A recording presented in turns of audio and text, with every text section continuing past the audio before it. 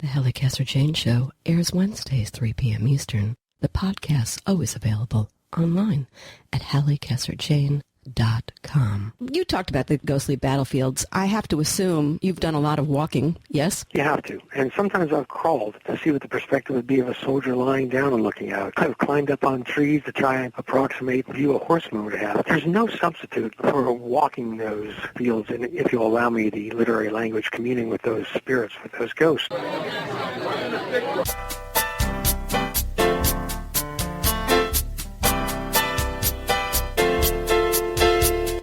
The ghosts of seasons past, and the spirit of the Civil War that lives on. The Civil War, the subject of Fox TV strategic analyst and New York Times bestselling author Ralph Peters' new book, Valley of the Shadow. Hi, and welcome to the Halli Casser-Jayne Show. I am Halli Casser-Jayne. Thank you so much for tuning in. Mr. Peters will be joining me at my table in a moment, along with my guest in our second half hour, New York Times bestselling author Steve Berry, here to talk about his latest You Can't Put It Down thriller, The Patriot Threat. But before we begin, today, the Halli Casser-Jayne Show is brought to you by Audible.com, a leading provider of spoken audio information and entertainment. Get a free audiobook and 30-day trial today by signing up at www.audibletrial.com/The Halli Casser-Jayne Show. And remember, the Halli Casser-Jayne Show is always available online at HalliCasserJayne.com and a host of venues, including iHeartRadio, Stitcher.com, Spreaker.com, Blog Talk Radio, and iTunes.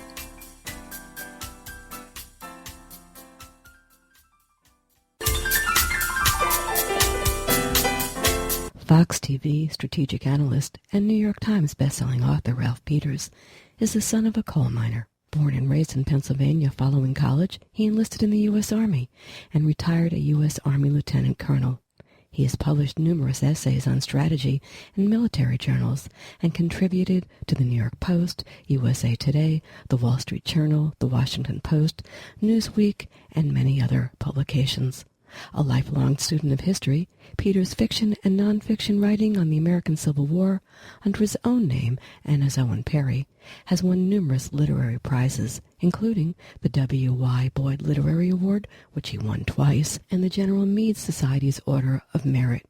In his new book, Valley of the Shadow, Peters turns to the Civil War with the third installment in his Boyd series, once again showing his expertise on the subject with a military novel set during one of the most fascinating battles in American history, the battle for the Shenandoah Valley. Let's talk. So, a war that won't end, a bitterly divided population, anger over mass immigration, dysfunction in Washington, race relation problems, and I'm not talking 2015, but 1864. Your new installment in the Boyd series, Valley of the Shadow, begins in 1864. Everything changes, Ralph, and nothing changes. Talk to me. Yes, well, things do change, but the Civil War is still relevant on many levels. I mean, people ask me, well, why aren't you writing about today's wars? Well, to some extent, the past at least holds still. But the difference I see in America between then and now, other than the fact that we were willing to kill each other, now we're just shouting, is that in the 1850s and the lead up to the war, and in the 1860s, American identity was different. In the South especially, it wasn't really an American identity. First, you were a Virginian, or a Georgian, or a Mississippian. Then you were an American. And even in the Deep South, that has changed today. We're all Americans first. So that's a profound difference. But I think it's very important, too, I mean, at least to me, to know our history, because to be an informed voter, to be an informed citizen, you really have to know the facts, not tendentious history of any kind, not conservative history, not liberal history, certainly not politically correct history, but the objective facts of history. And what I've tried to do in The Valley of the Shadow about the 1864 fighting in the Shenandoah Valley and in previous books is to give Americans an enjoyable way to relearn their history, because all the books I've done in the Civil War, they're very, very authentic, they're factually accurate, and the only thing that makes them fiction, I mean, I prefer the term dramatized history, really, is that I'm really trying to get into the heads, the psychology, and the right now the presence and the conversations, the decision-making that doesn't make the history books. So let's go back a little bit on this, because I think this is so interesting. Something happens to people who live in the Shenandoah Valley, me being one of them, people other places too, but particularly if you live in the Virginias. It's not Potomac fever, but there is another virus.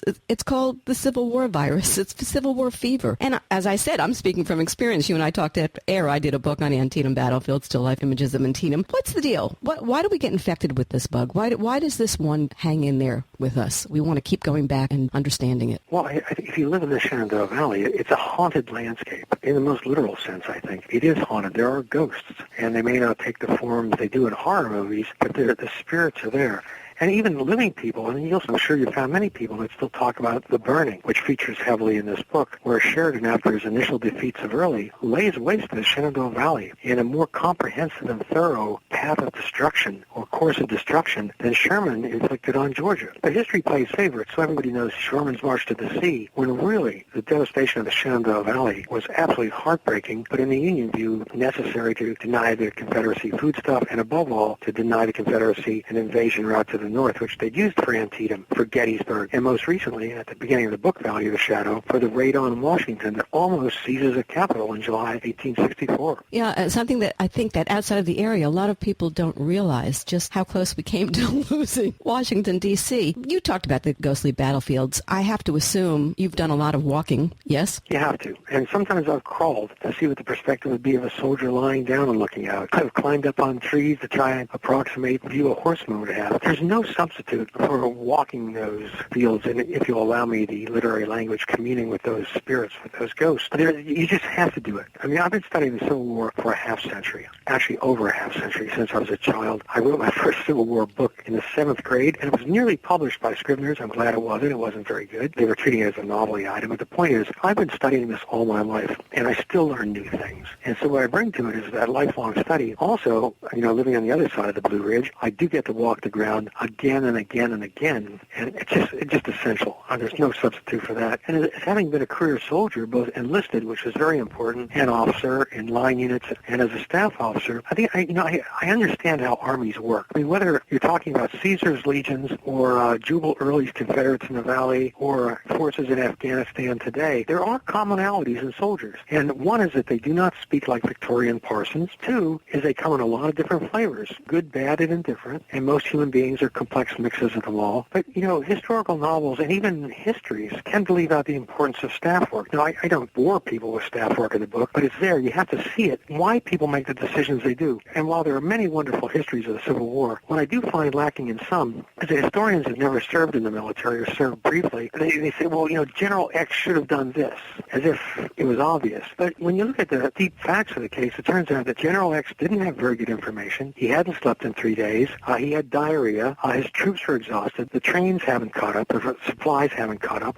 Often when we look back and look at those little lines on a map that seem so clear, what we're missing is a tremendous human confusion. And let me tell you, just having been a sergeant, I know how tough it is to get a 9 or 10 or 12-man squad up in the middle of the night when it's pounding down rain and they're tired and hungry and wet. And if it's that hard in today's day and age to get 12 guys up, think of how hard it is to get 12,000 up or 120,000. So Clausewitz said that in war everything is simple, but the simplest thing is very, very hard. And while that's a bit of an aphorism, it captures some of it, where things look simple, but when you have all those human moving parts, plus weather, which often is left out of, especially historical novels, it's always sunny. No, it's not always sunny, and soldiers don't like marching in mud. They don't like marching in 103-degree heat and humidity. So all these factors, if you've been a soldier, you bring those to the party, as it were. And in Valley of the Shadow and the 2 previous books, CAIN at Gettysburg and Hell at Richmond, I'm trying to do truly authentic novels in which,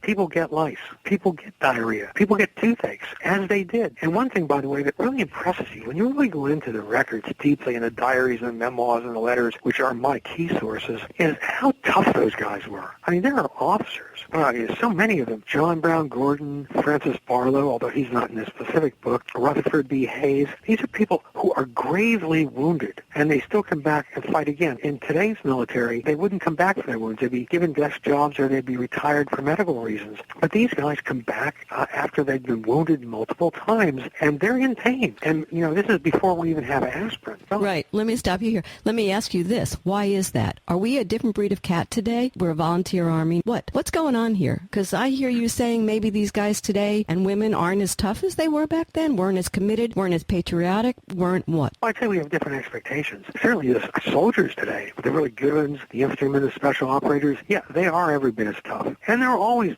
soldiers who were cowards, who weren't tough in the past. No, the troops are tough. But I think society in general isn't, because, again, it's a good thing, but we don't suffer that daily pains that those people suffered. Robert Lee in 1864, he goes in and out of diarrhea, he has a bad digestion, he has angina, he has arthritis, and it's getting pretty severe, and he still forces himself to sit upright when soldiers can see him. So things that we take for granted now, toothache was bad news in the 1860s, and Barlow suffered from toothache. So, again, it's without overdoing it, you've got to put those things in to make it realistic. Now, today's Americans, though, there's no question that we're softer than people were in the 1850s and 1860s, just because life was tougher. It was harder to survive. A much higher percentage of Americans did agricultural work. Ones who didn't, many worked in the early steel mills or in the railroads, and it was hard work. And I think one of the problems we have in the United States, by the way, because of all the blue-collar labor in the past, we acquired an appetite for very high-calorie, high-energy foods. And now the blue-collar jobs are going away, the hard work. We're still addicted to the fats and carbs, as it were. And getting fatter and fatter by the minute as we speak. I have to ask you this, because I know how your brain works a little bit, watching you for all these years on TV and stuff. You take all this fact, and you get it inside of you, right? You research the heck out of what you're going to write, to the point where you're probably exploding, right, with all the facts that you just need to spit out on that page when you start to write. Taking on the voices of people, like Sheridan, like John Brown Gordon. Tell me what happens inside of you. And did you know, even having that research, once you start to take on their voices, what happens? What have you learned? Well, the first thing you learn is that some of the ghosts want to talk and some don't. And you cannot predict it. No matter how much research you do, some characters, some weird magic inside will come to life for you. And again, I don't just read. I read and reread and reread their letters and their diaries and the memoirs, or the letters and diaries and the official records written shortly after the battle are the best things. So you read them until you've internalized their voices. And some figures, I don't want to say they write themselves because it's hard work, but they're a joy to write. In the previous book, Hell at Richmond, William C. Oates, commander of the 15th Alabama, who returns in the next book I'm writing on Petersburg, where he's gravely wounded. But he was such a wild man, roustabout character, that I found that voice, it just came out. I mean, he just rolls out. He's just a treat to write. Sometimes you can find a voice that's suitable, but it's not as electric. And so there are times when I think I'm going to feature one character more prominent than I do in the end. And also, when you're really writing well, it's a strange thing that some characters just take over. I knew that Rutherford B. Hayes on the Union side was going to be in Valley of the Shadow, but the more I studied up and learned about Rutherford B. Hayes, the more I admired him, and the more he served as a certain Union viewpoint. He's a man that didn't love war, felt he was doing his duty. He's mourning the loss of an infant to typhoid. He tries to take care of his men, and he's very, very brave on the battlefield. He doesn't like war, but he's very, very brave. That sense of duty is very powerful, and he's a foil to another Union officer, a 24-year-old cavalry general, dashing, daring, and almost psychopathic George Armstrong Custer, who, of course, was fighting through the Valley campaign. And you get these contrasts, and some characters are certainly easier to write, but others, like Jubal Early, he's an irascible guy, his own worst enemy, kind of gets a bad reputation among historians, but here's a guy who was always outnumbered and still fought awfully well, makes mistakes, personal life is in terrible disarray, he's a rude man, he's a slovenly man chewing his tobacco, and yet he does his best. There's a reason Lee keeps Early in the Valley to the bitter end, even though Early loses battle after battle, outnumbered by Philip Sheridan. So as you really go deeper into them, some characters just come to life, and unexpected ones. I didn't expect to end up with as much sympathy for Jubal Early as I did. So let me ask you this then. Let me say to you, so first of all, how close to fact do you stay? Do you take literary license? Should I ask? Okay, no literary license. All right. So then So, no, did I get that across clearly? yes. No, if I say there was wheat in that field, there was wheat, not rye. If I say it was raining at 11:03 a.m., it was raining at 11:03 a.m. It would be a betrayal of the trust of the reader. And I know a lot of historical novels are slovenly, candy-coated romances. I'm trying as hard as I can to basically write dramatized history that's factually accurate as much as I can make it, because I want people to know the history. It's not just about selling books or telling a story, although telling a story is important. So even in this book, Valley of the Shadow, even the junior enlisted man, the private Georgie Nichols from Georgia, he's a real historical figure who left a wonderful memoir of the fighting in the Valley. And he's a frail little guy, and he almost dies of dysentery before the Valley, and he gets in the fight, and it's brutal. It's like nothing he's ever seen. So all of the characters, in CAIN at Gettysburg, I use some fictional characters for a variety of reasons, and mostly historical figures. Hell, Richmond, all historical figures, including the enlisted men. Valley of the Shadow, the new book, all historical figures, including the enlisted men. So here's I'm trying to get inside their heads and their spirit. And which I think you do brilliantly. You are listening to the Halli Casser-Jayne Show and my conversation with New York Times bestselling author and Fox TV strategist Ralph Peters.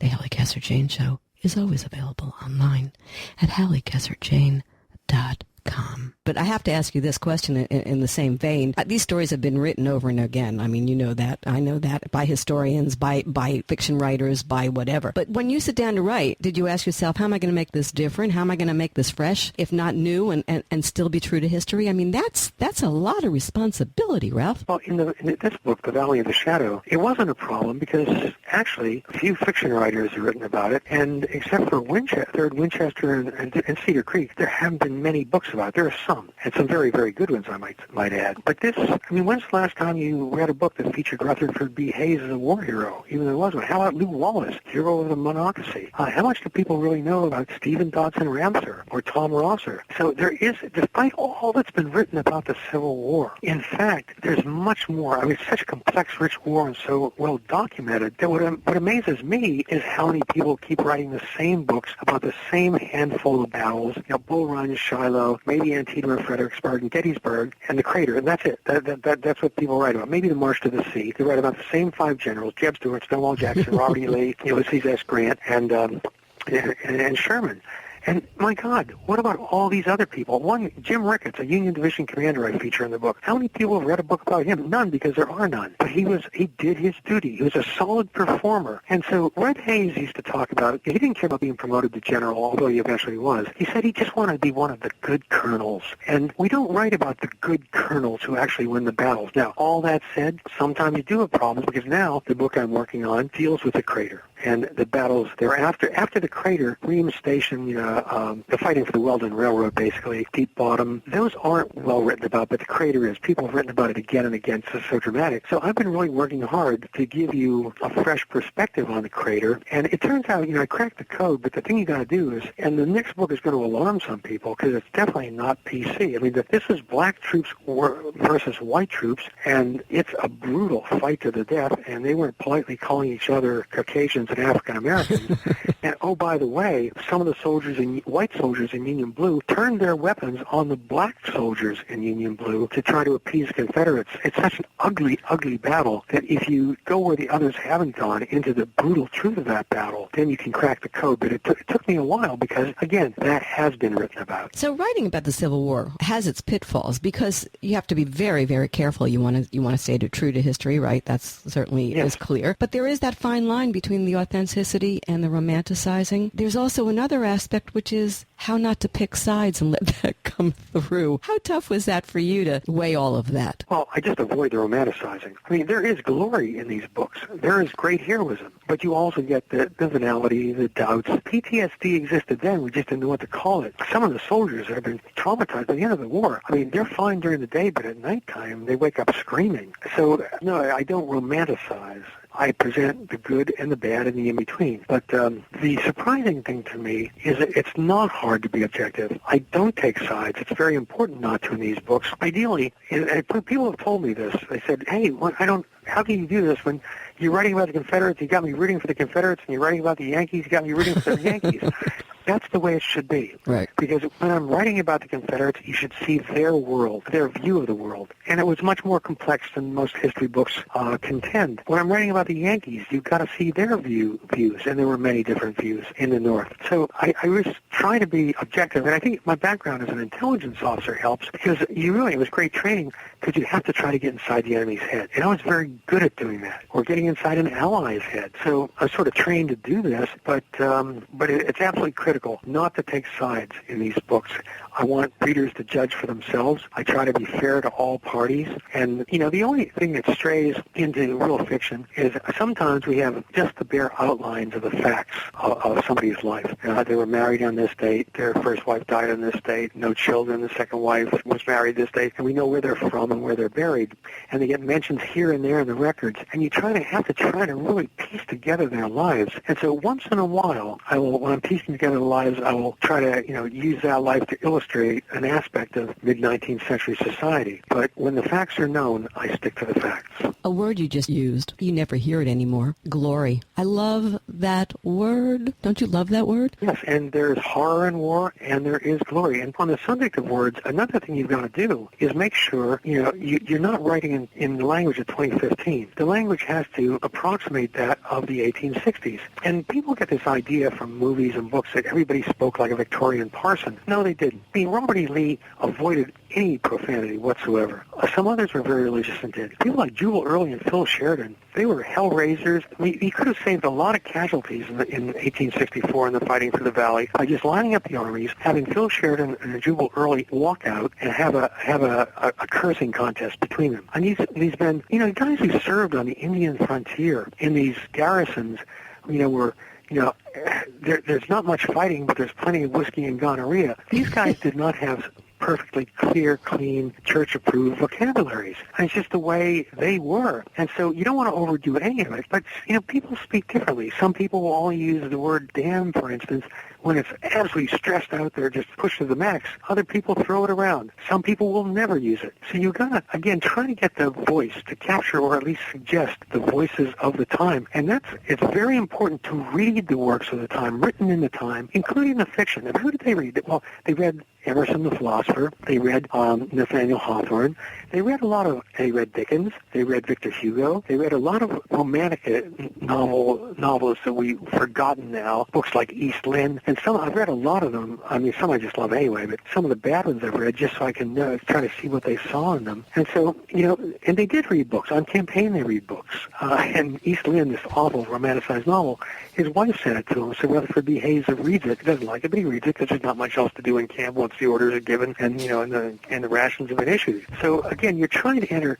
I think too many writers focus exclusively on the war. Now, this book is full of battles. It's one battle after another. But to get the battles right, you've got to know the backstory. What shaped these people? What was life like on the Ohio frontier when Rutherford B. Hayes was a child? All these things, what cultural influences were there? What music did they listen to beyond the known Civil War songs? You got into the nitty-gritty. Listen, I'm going to take you on a different track. Go with me, okay? I can't have you on the show and not get into that brain of yours on current situations we have right now in foreign policy. First of all, I want to tell you, you wrote a piece, Why Our Prep School Diplomats Fail Against Putin and ISIS, which is absolutely brilliant. Oh, my God.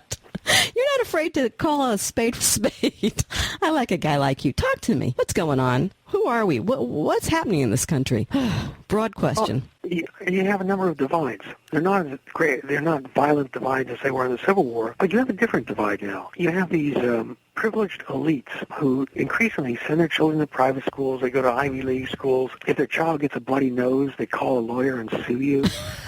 And increasingly, we are led in peace and in war by men and women who've never been in a fight. And they have no idea how brutal the world is. I live in a really nice neighborhood, and the moms will get in their SUVs, and drive their children 2 doors down to a bus stop and wait with them until the bus comes. Now, that's not building self-reliance. When I was a kid, I walked about 1.5 miles to school in some really dicey areas. I got beat up plenty of times, taught me a lot about human nature, toughened me up. Now, I'm not suggesting your child has to be beaten every day, but my point is that we've got this governing elite that's out of touch with the reality of much of the world. They don't know how brutal the world can be. They don't even know how hard it is to live on the average blue-collar worker's paycheck. expectations are higher, expenses are higher. I mean, just look at, maybe you're a young couple with a child or two starting out, and if you even want cable, it's over $100 a month. And so we're governed by people who've lost the tactile feel, not only for the ferocity of the world beyond our shores, but even for the Americans, they want to govern. I mean, we see now in the current race, quite a number of people are very, very wealthy. And that's fine if they earn their own wealth legitimately. Okay, I don't have a problem with that. That's the American dream. But I just have to wonder if they know what life is like for the rest of us. So that hurts us badly. The other thing is this governing elite mocks religion. Now, they won't mock Islam because that's not politically correct, but they look down on people that are really religious. And so that's another thing they lose touch with many Americans, not all, on, but also it means they don't understand the brilliant power of revelation. They don't understand the depth of religious conviction in true believers. So when they're faced with these Islamist terrorists who are jumping up and down and saying, this one's for Allah, folks, their response is, oh no, the terrorists don't really mean that. It's really about socioeconomic deprivation. No, the terrorists mean it. They believe their God wants them to kill you. And those who go to Harvard and Yale and Princeton and Stanford come out of the university well prepared for everything except real life. And to me, even though there's some new blood gets in, our ruling classes are just too inbred now, too inbred. And I have to say, in the current political environment, I look at it, some I like better than others, but I don't like dynasties. We fought a revolution to get rid of dynasties. I don't want any more Clintons. I don't want any more Bushes. I don't want any more Kennedys. Give me some fresh Americans, and preferably somebody who at some point in their life has had calluses on their hands and maybe even a bloody nose. Yeah, well, good luck with that, right? As long as there's all this money going on in the system, I think that stops it as well. Talk to me about Iran for a second. The negotiations. First, I'm assuming that you think President Obama is right to at least to negotiate with Iran. Well, of course, if you can conduct successful negotiations to stop a war, that's great. But the problem we have is negotiations are the opium of the intelligentsia, of the chattering classes. We have these Ivy League types who think talking will solve everything. President Obama never did anything. He got where he is by talking. And so he thinks he can talk. Since he talked his way to the presidency of the United States, he can talk with the Iranians. He can talk with Putin, except he can't. They're tougher. They're lots tougher. And President Obama now, because his foreign policy is a disaster, he desperately wants a legacy achievement. And he sold himself, and Secretary Kerry sold himself, that the legacy achievement will be a no-nukes deal with Iran, to prevent Iran from getting nuclear weapons. And it's like the emperor's new clothes. They blinded themselves to the reality. And the reality is the Iranians are brilliant negotiators. They're playing us. Right now, they're rampaging across the Middle East because they know President Obama won't do anything to stop them because he wants this deal so badly. And, it's like you don't walk into a car dealership and say to the salesman, I want that car no matter what it costs, or you'll wind up paying more than you got to pay. Well, basically, President Obama and Kerry are saying to the Iranians, we want that deal no matter what it costs. And so the Iranians keep adding new requirements. Every time we give in on something, they add something else. And the current shape of the deal is so lopsided and so bad that it's going to do two things. It's going to enrich Iran. I mean, Iran is doing all this mischief when they're teetering on the edge of bankruptcy. When the sanctions are lifted and money pours in, they're not going to suddenly stop the mischief. It's going to increase because they have more money to make mischief. And also, under the terms, the inspection terms, and there really aren't inspection terms at all, it guarantees that the Iranians are going to get nukes. And then the Egyptians are going to want nukes, the Saudis are going to get nukes from Pakistan, the Turks are going to want nukes. And to me, the way this deal is shaping up, it guarantees at some point there is going to be a nuclear exchange in the Middle East. It's going to be the opposite of the outcome the president originally wanted. And look, again, if you can negotiate successfully and avoid a war, great. These negotiations we're so poor at it, we're so inept at negotiating, we're so desperate, it guarantees a war. Yeah. And we're going to get dragged in some capacity. It's like the Kumbaya school of diplomacy, right? It just seems to me that there's just no realism here. Just none. I mean, I don't know how, and I'm just going to say this one thing to you. What I find very incredible is that the politicians have become such politicians, they're not people anymore. And they side with their party, and they make all decisions based on such. Is there really a Democrat who can look at this and not see how Iran is moving across the Middle East? I think some Democrats do definitely see it. Well, they're not opening up mouths enough. I mean, they're letting, whatever that deal was that went through Congress, which as far as I'm concerned is useless in stopping anything. Agreed? I'm sure you do. Oh, yeah. Okay, it's toothless. It has a big deal. Exactly. So what I'm saying to you is that it seems that the politicians have become politicians and not Americans. Well, yes. There are some people I do admire, but I'm not a member of either party. I'm an independent, although I certainly usually vote Republican, not always. Right, I understand. But I want to think for myself. I don't like party lines. Party lines, they're for communists and fascists. We have the gift in America of being able to think for ourselves. And so somebody tells me, I always vote straight Republican, I think, you're throwing away your freedom. Don't let, anybody, don't let me, don't let anybody dictate how you should vote. Think for yourself. Vote on the issues. Vote on the character of the individual. And, I've been approached a number of times about going into politics. I absolutely wouldn't do it. Not only because, a lynch mob of ex-girlfriends would come out of the woodwork and it'd do me great harm, but also because we've turned politicians into beggars. It's so much about money now that they spend almost three-quarters of their time raising money. And, I'm a coal miner's son. I don't beg people. I don't beg for anything. And I am not going to beg people I don't even like, with whom I do not agree, to give me money so I can buy a seat in the legislature or anywhere else. Right. And I think big money, I just disagree with the Supreme Court decision, the Roberts Court, when they said that basically corporations are able to unlimited donations in the name of free speech. What that does, by letting big money contribute everything, that crushes my free speech. It crushes your free speech because we can't give $50 million to PACs. Right. Well, and so we don't have the influence. And so we the voters, are being shut out by both parties. We need an independent party, but then it becomes a party. Yeah. Right? Yeah. And I certainly would like to see a centrist party that took the best ideas from all sides. But, the parties have such a grip on organization. I know. And money. And infrastructure and money that, you just can't break in. And so what you have is you tend to have insurgent movements from the fringes, but that's not what we need. What we need is a grown-up in the middle to give both parties a spanking. Right. My favorite line is, we pledge allegiance these days to the party and not to the flag.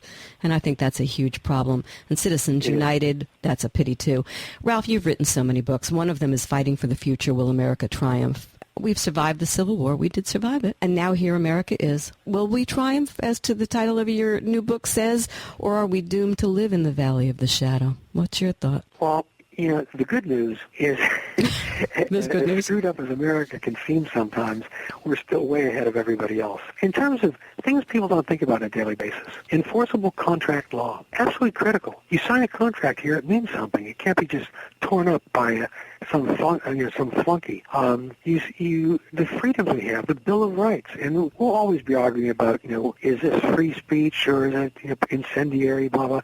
But the Bill of Rights, wow, what a crucial document to add to the Constitution, absolutely crucial. We have these legal protections. We have a creative population. Our schools, God knows, many of our schools, especially in inner cities, need work. We have deep problems in certain pockets of poverty, urban and rural.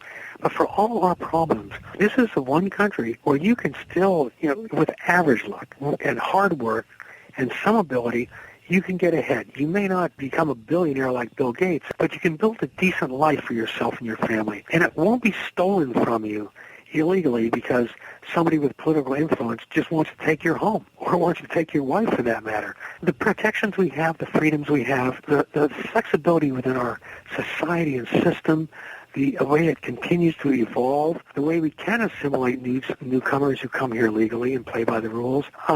At the end of the day, I have great faith in the United States of America. Now, that said, the Obama administration in foreign policy, I'll skip the domestic stuff, but in foreign policy, the Obama administration has done such tremendous damage that the next president is not going to be able to undo it. It's like knocking down a house. You can knock down a house with a wrecking ball very quickly. Rebuilding that house takes a lot longer. And it is going to take multiple presidencies to repair it, if it can be repaired, to repair the foreign policy damage Obama has done. Letting Putin run wild, letting Islamist terrorism run wild, letting nukes proliferate, which he is essentially doing with the Iran deal. We're going to have some difficult times ahead. But at the end of the day, we're Americans. We'll make it work. I've been speaking with Ralph Peters, author of Valley of the Shadow, a forged book published by Tom Doherty Associates. For more information about the book, visit Amazon.com.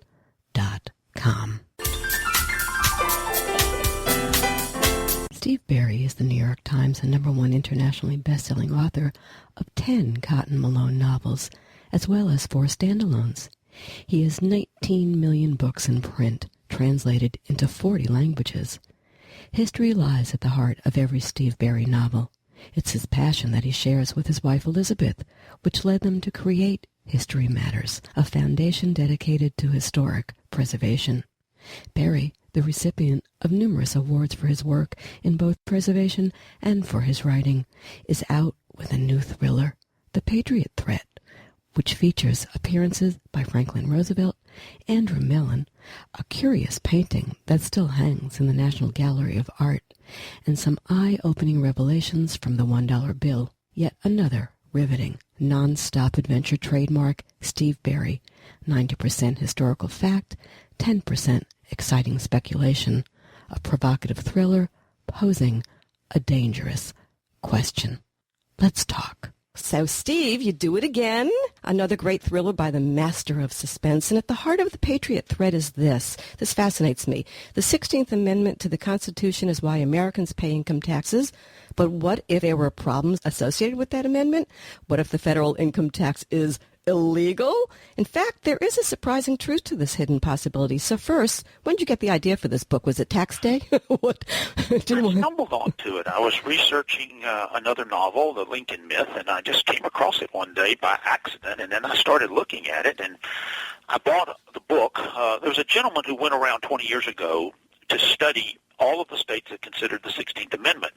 He was reacting to what the Solicitor General in 1913 warned the Secretary of State about. There's actually a memorandum where the Solicitor General warned the Secretary of State there were problems with the ratification of the amendment, but the Secretary of State ignored those problems. So this gentleman went around to find out, well, what was he talking about? He discovered that in 15 of the states, most likely those states never even ratified the amendment because they violated their own rules and laws in doing so. And you only have to void 6 states to void the amendment. So we can understand why the Solicitor General was concerned back in 1913. So I just took that research and I wove it into this modern-day thriller. That's what I like to do. I like to take something from the past, something lost and forgotten, and weave this modern-day tale around it. So, Steve, the lawyer in you comes out. Your character, Cotton Malone, now retired, gets a call from his former boss, Stephanie Nell, who asks him to track a rogue North Korean who may have acquired some top-secret Treasury Department files. You want to take it a little further than that? Yeah, that's exactly what happens. I mean, he gets caught up in this. He's doing her a favor, and he gets drawn into this battle, this constitutional battle that takes 23 hours. The whole novel takes place under 24 hours, so a lot is happening quickly. And Cotton is in Venice, and he heads into Croatia. And the antagonist of the book is a rogue North Korean. North Korea fascinates me. It's a country I know very little about, and I wanted to know more about. So I studied it, and here, I don't know if you realize or not, but the current leader of North Korea was never supposed to be the leader of North Korea. His older brother was supposed to have that job. But his older brother got caught trying to sneak into Disneyland with one of his trying to sneak into Japan to go to Disneyland with one of his children and got caught, and his father disowned him.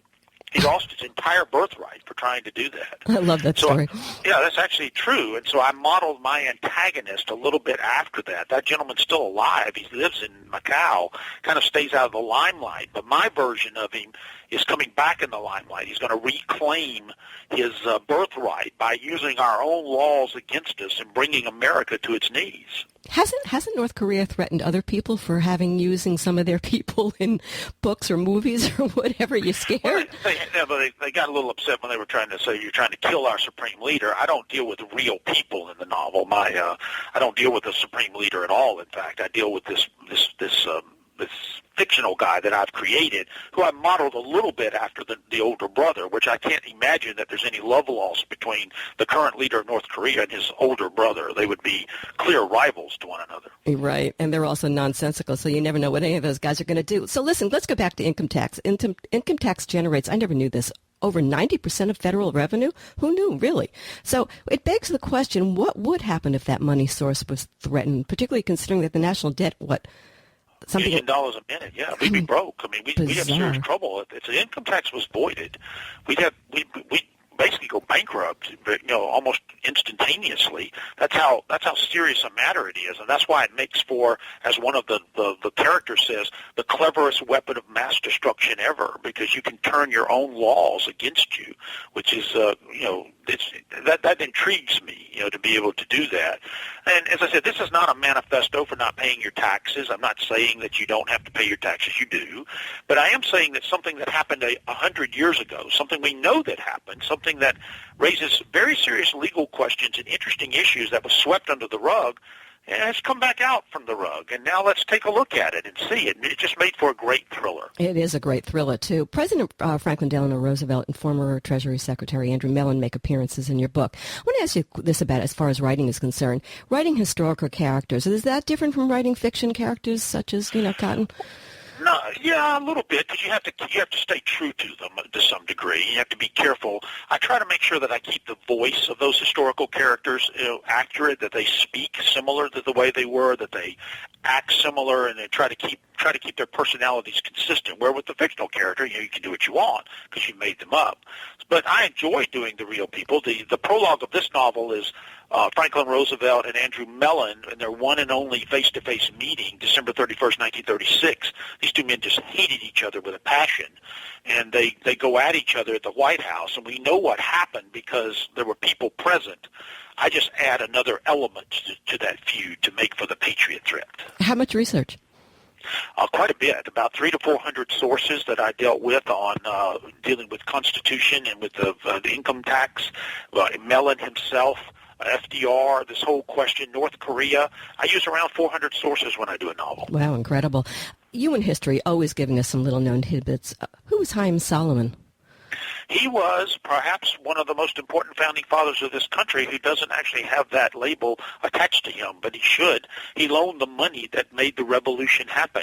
He without him, we would have lost the war because we had no money to fight the war. He loaned this country $800,000 of his own money, and we've never repaid that debt to him. Some say that we owe him somewhere around $300 billion now. That's what that debt would be worth. Washington was so grateful, it is said that he arranged the 13 stars above the Great Seal, which is on the back of a $1 bill. He arranged those in a Star of David because Solomon was Jewish, as a thank you for what he did. Fascinating. There's also on that $1 bill thing is just, oh my God. Every other American monetary bill has been redesigned, but the $1 bill can't. That's right. There's a law of Congress that forbids the $1 bill from being redesigned, which is interesting in itself, isn't it? Why all the other money's been redesigned, why that one bill cannot be changed? And we deal with some very interesting symbolism on the bill in the novel. There's some very interesting things that are on the back of that bill that I've woven into the plot. Yeah, talk about the Masons. And before you go there, I want to tell you that I have a farm in West Virginia, which was, of course, Virginia, in Shepherdstown. And, the original Mason is there. Yeah, and what I did though, I was the poor Masons get blamed for everything in the world. Everything is their fault. So there's a Mason in this novel, but not that Mason. Is what I did. I mean, I was very careful. I dealt with something else from history, something fascinating with the word Mason. That the poor Freemasons, I kind of left them alone this time. You did. So, what was the most fun about putting this book together, different than others? Finding out that the amendment may very well have some legal questions to it and some shocking stuff. Here's an example. In Tennessee, the House of Representatives voted to approve the 16th Amendment. The Senate in Tennessee voted to reject it. Somehow it got to the governor's desk, and the governor vetoed it, yet Tennessee is in the yes column. That surprised me. That shocked me. And when you go and look at it, you go, yeah, this is exactly what happened. How in the world was Tennessee deemed to have approved the amendment? Those kinds of things really did surprise me. And it's just amazing what you could get away with 100 years ago. Have you talked to anybody in government about this? No. It's I'm assuming that they understand that it's a novel, which by definition is not real. But what I would like to tell them is, what I will say to it is not real, but that doesn't mean that it doesn't raise fascinating questions, that we could talk about and debate. Whether they have legal implications or not, I don't know the answer to that, and I'm not saying that they do. I'm just saying that it exists, and it makes for a great discussion. It surely does. Talk to me a minute. Steve, Cotton Malone. Cotton Malone. Thank you. No, my brain is a little bit, I'm going from interview to interview. How many novels has this guy been in, and how has he evolved for you? 10 novels so far with Cotton, but I don't write them where you have to read them in order. I write them in such a way where you can read them backwards, you can read them frontwards, you can skip around. I want you to enjoy them, however you'd like.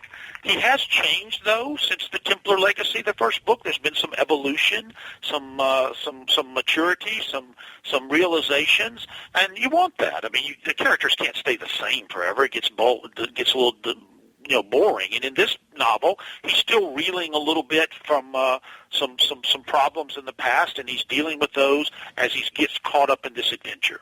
Okay, so he's evolved. How about Steve Berry, the man? You evolved too? So, yeah, I've kind of evolved with him a little bit. I was a lawyer for 30 years. I don't practice law anymore. I write full-time.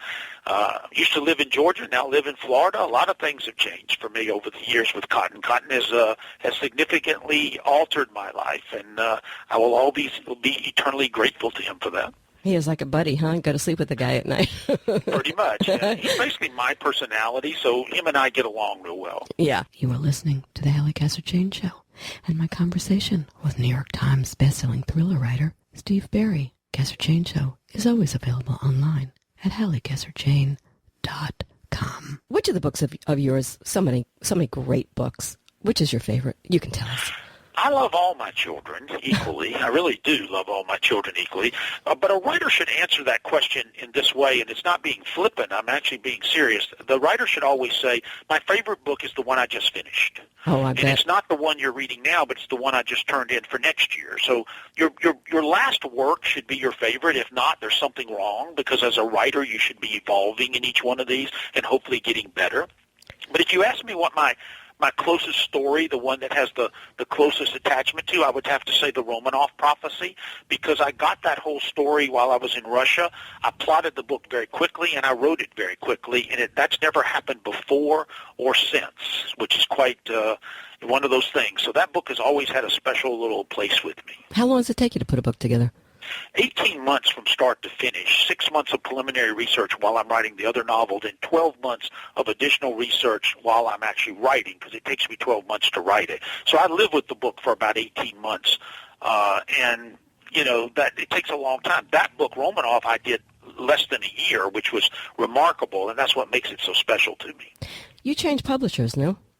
I did. We moved from Random House over to Minotaur Books at Macmillan Publishing.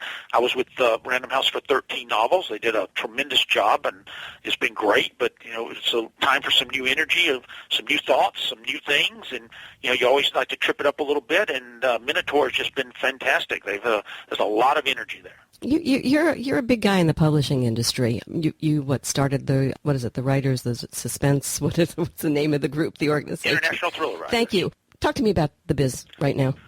Yeah, the business is in a transitional stage. It's been going on now for 5 or 6 years, but it's transitioning even more so every day. We talk about the good old days in publishing. The good old days was 6 months ago.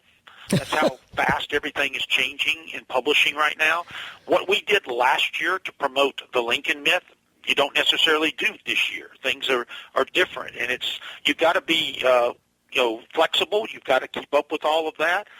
International Thriller Writers is one of those groups that helps with that. It's our trade organization. I was one of the founding members, and we have 2,800 thriller writers from around the world in it. And is it better or is it worse? Are things getting better for writers?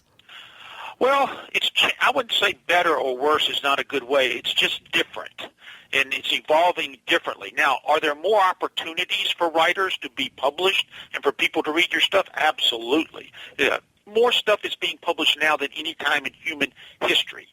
Is it easier to acquire an audience and keep it and do this for a living? No, it's not. It's actually more difficult now because there is so much out there right now. And so there's a good and a bad to it is what's happening. But the reality is it's just reality, and that's the way it is, and we need to learn to adapt and deal with it, and that's what I do every day. So I'm curious what you think should happen here, because I understand content. I'm a content producer just like you're a content producer, and getting the word out. What do you think is what needs to be done so that the wheat is separated from the chaff, so to speak, and you can get that word out. Well, unfortunately, you have to. What's happened is an editor in New York is no longer the gatekeeper to publishing anymore. That's gone. What the gatekeeper now is the public itself. You can publish anything. Anybody can publish anything they want now. It's very simple to be published, and the public will determine whether or not you survive or not. Now, that's a tough crowd. I mean, that's a tough audience to please. Yeah, how you reach it, too. It's very difficult. And so you have to be savvy. You have to write a good book. You have to tell a good story. You didn't have to learn how to package that book and market that book, and you have to know how to do all of those things because you're not playing to an audience of one now. You're playing to an audience of millions and millions of people who are relentless in not only their support but also their criticism. So that's why I say it's tougher out there. Way, way, way, way tougher. You're also involved in History Matters, your non-profit organization that raises money for the preservation, conservation of historic sites. What's your latest project? We just finished up. We just did one in Des Moines last Saturday where we raised money for a local library there. My next one's coming up in Atlanta Saturday week. We're doing a big gala for the Cobb County Library up there, Library Association, and we're raising money for that system up there. So we do around 6 to 8 History Matters events a year. We've done around 80 all total. We've raised nearly $1 million for historic preservation, and we consider libraries part of that. So we've got, as I said, we've got that one coming up in Atlanta, and then there'll be some more later this year. I've been speaking with author Steve Berry, whose latest thriller is The Patriot Threat by way of Minotaur Books. For more information on Steve Berry, visit his website at steveberry.org.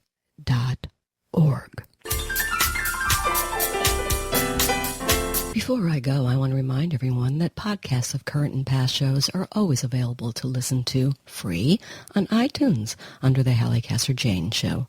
The Halli Casser-Jayne Show is also available for download via Spreaker.com, Stitcher.com, BlogTalkRadio.com, and a host of other venues. Google The Halli Casser-Jayne Show, and you will find us. Of course, podcasts of our shows, both past and present, are always posted for your listening pleasure at HalliCasser-Jayne.com, which I hope you'll visit often for the latest information on our upcoming segments. I'll be back next week, same time, 3 p.m. Eastern, for another edition of the Halli Casser-Jayne Show, brought to you by Audible.com. Get a free audiobook download at www.audibletrial.com/The Halli Casser-Jayne Show. Audible.com features over 100,000 titles to choose from for your iPhone, Android, Kindle, or MP3 player. Stay in touch, won't you? Remember, that's HalliCasser-Jayne.com. Discover us on Facebook at Halli Casser-Jayne and on Twitter at HalliCJ. I love to hear from you. So, till we meet again, this is Halli Casser-Jayne. It's a wrap.